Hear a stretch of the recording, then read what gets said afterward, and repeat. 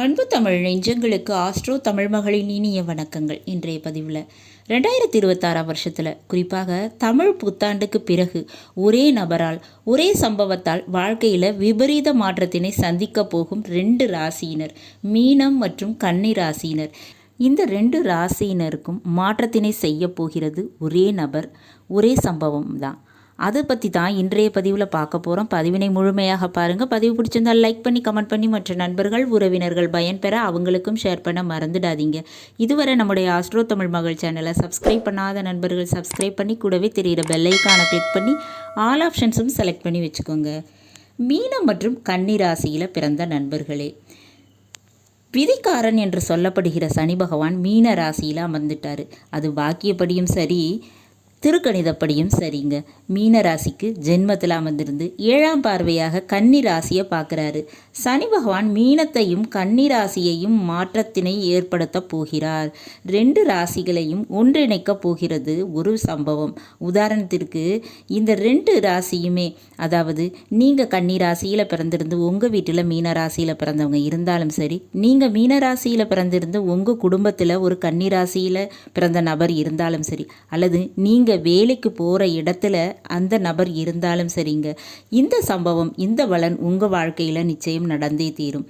அது என்ன பலன் அப்படின்னு கேட்டிங்கன்னா, மிக முக்கியமாக ஒரு சம்பவம் நடக்குங்க. அந்த சம்பவமும் வேலையை பேஸ் பண்ணி நடக்குங்க. உங்கள் ஃபேமிலியில் ஒரு கன்னிராசி அல்லது உங்கள் வேலையை பார்க்குற இடத்துல ஒரு கன்னிராசி நபர் பிறந்திருந்தா அவங்களுக்கு அவங்க செய்யக்கூடிய தவறுக்கு நீங்கள் துணை போயிட்டீங்கன்னா அவங்க செஞ்ச தவறுக்கு தண்டனையை நீங்கள் அனுபவிப்பீங்க. அவங்க குடும்ப பிரச்சனையை நீங்கள் தூக்கி சுமப்பீங்க.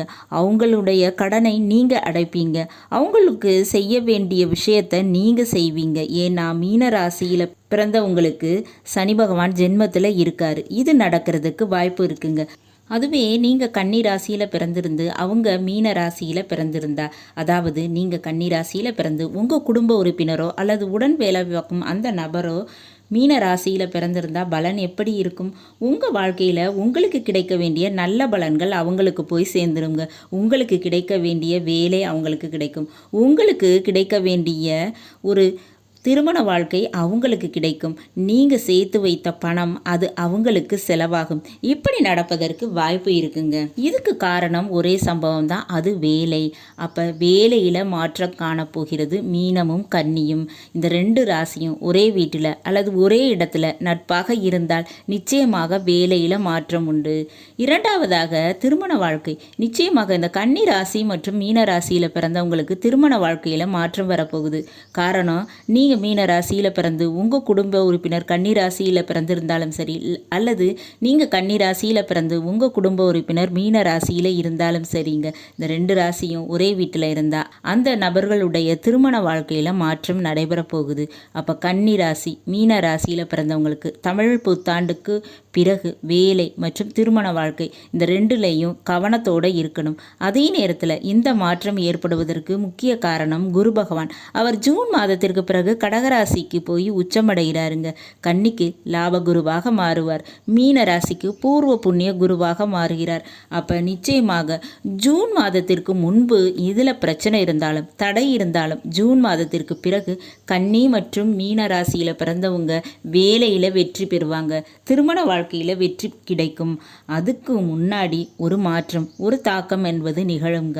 வேலையில் மாற்றம், திருமண வாழ்க்கையில் மாற்றம் ஏற்பட வாய்ப்பு இருக்குங்க. திருமணம் கைகூடி வரும். வேலை இல்லாதவங்களுக்கு வேலை கிடைக்கும். அப்போ இந்த 2 ராசியும் ஒரே வீட்டில் இருந்தால் நீங்கள் செய்ய வேண்டிய மிகப்பெரிய வழிபாடு அப்படின்னு பார்த்தா கால பைரவருடைய வழிபாடு. நவதானியத்தில் துவரை இருக்கு இல்லையா, அதை வைத்து நிவேதனம் செய்யணும். அதுவும் புதன்கிழமை இந்த வழிபாடை செய்யுங்க. கால பைரவருடைய வழிபாடு உங்கள் காரியங்களில் நன்மையை தரும், உங்களை காப்பாற்றும். நல்லது நண்பர்களே, இன்றைய பதிவு உங்களுக்கு பிடிச்சிருக்கும்னு நினைக்கிறேன். பிடிச்சிருந்தால் லைக் பண்ணி கமெண்ட் பண்ணி மற்ற நண்பர்கள் உறவினர்கள் பயன்பெற அவங்களுக்கும் ஷேர் பண்ண மறந்துடாதீங்க. இதுவரை நம்முடைய ஆஸ்ட்ரோ தமிழ் மகள் சேனலை சப்ஸ்கிரைப் பண்ணாத நண்பர்கள் சப்ஸ்கிரைப் பண்ணி கூடவே தெரிகிற பெல்லைக்கான கிளிக் பண்ணி ஆல் ஆப்ஷன்ஸும் செலக்ட் பண்ணி வச்சுக்கோங்க. மீண்டும் நல்லதொரு வாய்ப்பினில் உங்கள் அனைவரையும் சந்திக்கிறேன். அதுவரை ஆஸ்ட்ரோ தமிழ் மகளின் அன்பு கலந்த வணக்கங்கள். நன்றி.